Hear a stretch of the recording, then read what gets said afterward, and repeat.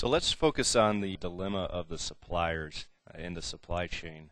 Typically, this is a problem for them because they're going to have to go ahead and comply with whatever their customers tell them to do or what the buyers are telling them to do and what format they need to be trading in. So there can be various standards out there, EDI documents, XML documents, et cetera, and the IT staff of the supplier often is not large enough to be able to facilitate that type of communication electronically with the customer who is requiring it. And what happens is they end up having to do manual entry into multiple different buyer portals to be able to communicate with them. And it's all essentially causing the same problem to occur that the buyers are trying to eliminate in the first place by going electronically.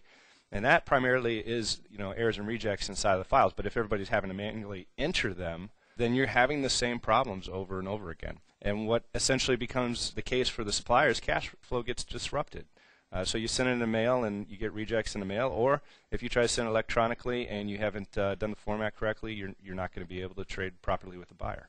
So enter Pervasive BXSupplierConnect, which is really a managed integration service that we provide to suppliers to help them address the problem of having multiple buyers with different formats and different portals you have to enter, multiple data entry. What we do typically is just walk in and say, hey, can you give us just one file? It could be a flat file or something, or we can integrate directly with the back office system in a lot of cases.